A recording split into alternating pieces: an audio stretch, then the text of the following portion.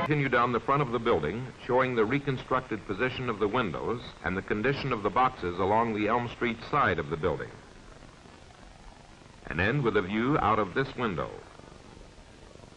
It will also show the floor repairs being conducted in this area, which required boxes to be moved down here, which helped conceal the assassin's window. A view taken from here, looking down the front of the building, will show Agent Howlett standing up and sitting down to show concealment. Starting at the window used by the assassin, we will show the reconstructed position of the windows as well as the positions of the boxes along the Elm Street side of the building.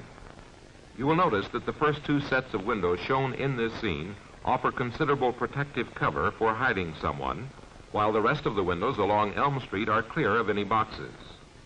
We will end this scene with a view out of the window at the far end of the building.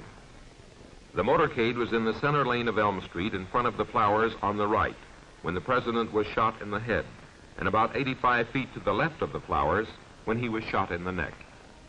These are floor repairs that were started in the southwest corner of the building that required a quantity of boxes to be moved to the southeast corner, which provided cover for the assassin.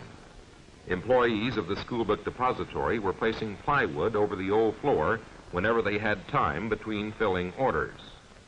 We see Agent Howlett standing in the area used by the assassin. When he sits down, we see that he's completely concealed by the boxes. This scene was photographed from the west end of the building looking east. This is a drawing of the 6th floor again. The next scene will include a short panoramic view taken from here, showing the condition of the boxes in this area. After that, there will be scenes taken from here, looking in this direction, and from this point, looking in this direction. Then there will be a view out of the window over the boxes, followed by simulated motorcades viewed out of the window. The window on the left, on the other side of these boxes, is the one used by the assassin. Notice the position of the boxes as we turn slightly to the right. These pictures were taken from eye level by a man 5 feet, 8.5 inches tall. This is the reconstructed position of the boxes at the window. Elm Street is to the right. A paper wrapper was found in the corner behind the pipes, and it is believed this paper was used to wrap the gun. Agent Howlett is sitting in the position it is believed the assassin did, and he is pointing in the direction the rifle would have been pointed. The right index fingerprint and left palm print of Lee Harvey Oswald were found on the right and left sides of the box immediately in front of Agent Howlett. The right palm print of Lee Harvey Oswald was found on the right side of the box on which Agent Howlett is sitting.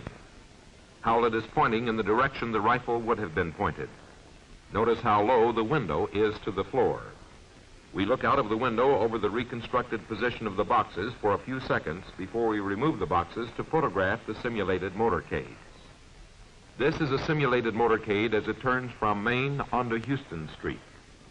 The two motorcycle policemen are the two men who were in the same relative position to the president's car at the time of the assassination.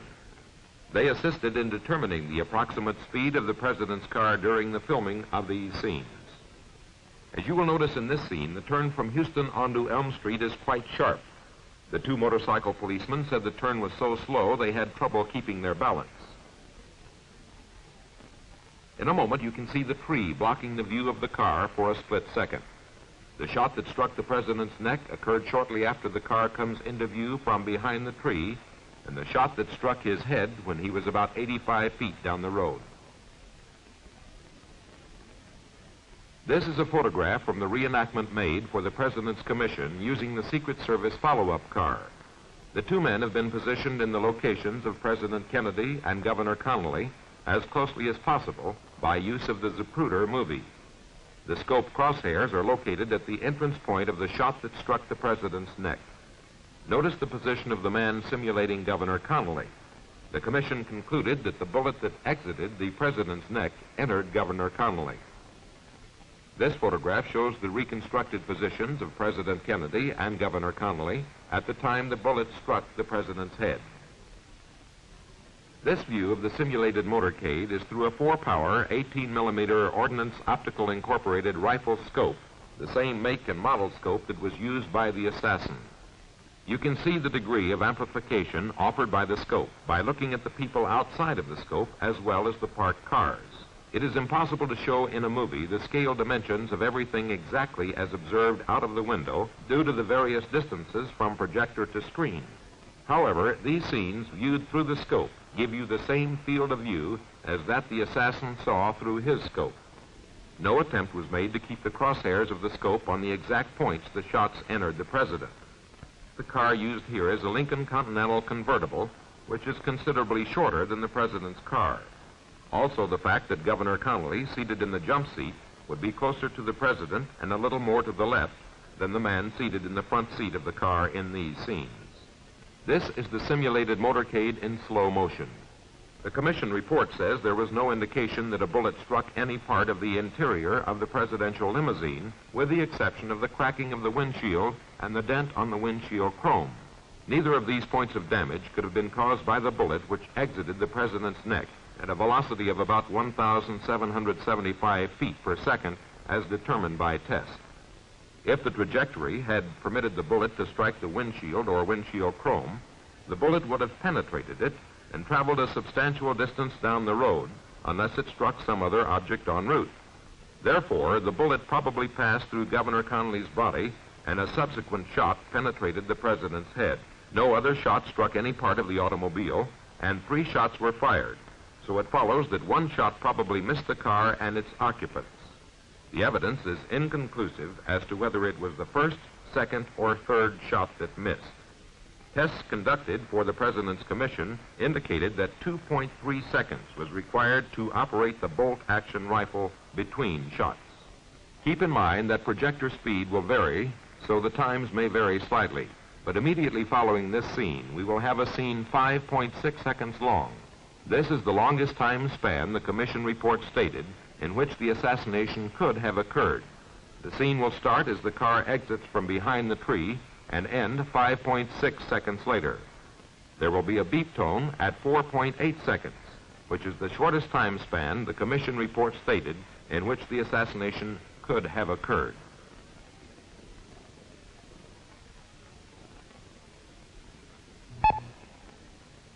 This is the drawing of the 6th floor again. While it is not positively known what route the assassin took in leaving the window, Agent Howlett simulates this exit by the clearest route in this direction, hides the gun, and exits down the stairway. Agent Howlett stands up from behind the boxes and with a stick in his hand simulating the rifle, he exits the assassination window over the route believed to have been used by Oswald. While it is not definitely known what route was taken, this is the quickest and easiest route from the window to where the rifle was found. Agent Howlett walked this route in a fast walk for the President's Commission in 1 minute and 14 seconds, which was within 3 seconds of the time required for Dallas Police Officer Baker to reach the 2nd floor. Officer Baker testified that he saw something through the glass in the door on the 2nd floor, or saw the door closing as he came up the stairway to the 2nd floor. This was the reason he turned and went into the employees' lunchroom where he confronted Oswald. The President's Commission established that both of the elevators were on the 5th floor, so Oswald had to use the stairway to get from the 6th floor to the 2nd floor. Agent Howlett makes a turn to the right and back to the left in front of the west elevator, and as he approaches the down stairway, he places the stick in the location where the gun was found and exits the down stairway. Agent Bailey exits the stairway on the 2nd floor and walks to the door leading to the offices. Notice the glass in the door that Officer Baker talked about. We turn left and walk into the employee lunchroom where Officer Baker confronted Oswald. The solid lines are the known routes and the broken lines the assumed routes taken by Oswald on his escape from the Texas School Book Depository building. All times are approximate. According to the reconstruction of time and events by the President's Commission, Oswald left the building about 12:33 p.m., 3 minutes after the assassination. He walked east on Elm Street to the corner of Elm and Murphy Streets, a distance of 4/10 of a mile. Boarded a bus at 12:40 p.m. that was going west on Elm Street. He remained on the bus about 4 minutes and exited between Lamar and Poydras Streets after traveling a little less than 2/10 of a mile. walked 2/10 of a mile to where he boarded a taxicab at 12:48 p.m. The cab followed this route over the Houston Street Viaduct, turned left onto Beckley, and let Oswald out near the Beckley and Neely Street intersection at 12:54 p.m., after traveling a distance of 2 4/10 miles. Oswald had passed his rooming house by 3/10 of a mile. He entered the rooming house at 1 p.m. and left at 1:03 p.m., zipping up his jacket. His next known location was when he shot Dallas patrolman J.D. Tippett near 10th and Patton Streets at 1:16 p.m., a distance of 9/10 of a mile from his rooming house. He ran west on 10th Street and turned south on Patton Street and back west on Jefferson Street. Witnesses lost him here in the vicinity of a gasoline service station. His jacket was later found in the parking lot behind the service station, 2/10 of a mile from the Tippett shooting. Oswald was later observed acting in a suspicious manner about 150 feet from the Texas Theater and was observed entering the theater at 1:40 p.m. without paying. He was apprehended in the theater 6/10 of a mile from the Tippett shooting at 1:50 p.m. 34 minutes after the Tippett shooting and 1 hour and 20 minutes after the assassination of President Kennedy.